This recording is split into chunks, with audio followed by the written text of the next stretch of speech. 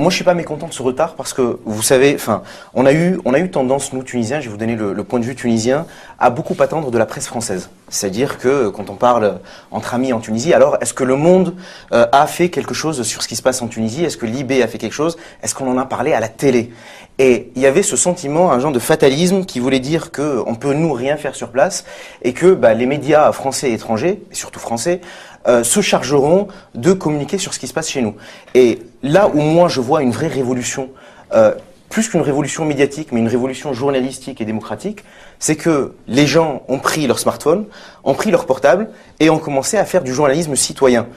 D'abord parce que les journalistes tunisiens ont essayé de faire leur travail, mais vous connaissez les conditions dans lesquelles ils essayent d'exercer leur profession, mais chaque citoyen est devenu en Tunisie un journaliste et un relais à la fois pour les journalistes tunisiens et à la fois pour les journalistes français. Donc, et quelque part, merci les médias français pour ce retard à l'allumage, quoi. Presque merci, et vous voyez que les premières images qui sont arrivées sont des images qui ont été prises par des citoyens tunisiens. Et en cela, c'est une révolution participative. Avant que les envoyés spéciaux soient sur place, il n'y avait que des images, effectivement, amateurs qui étaient transmises.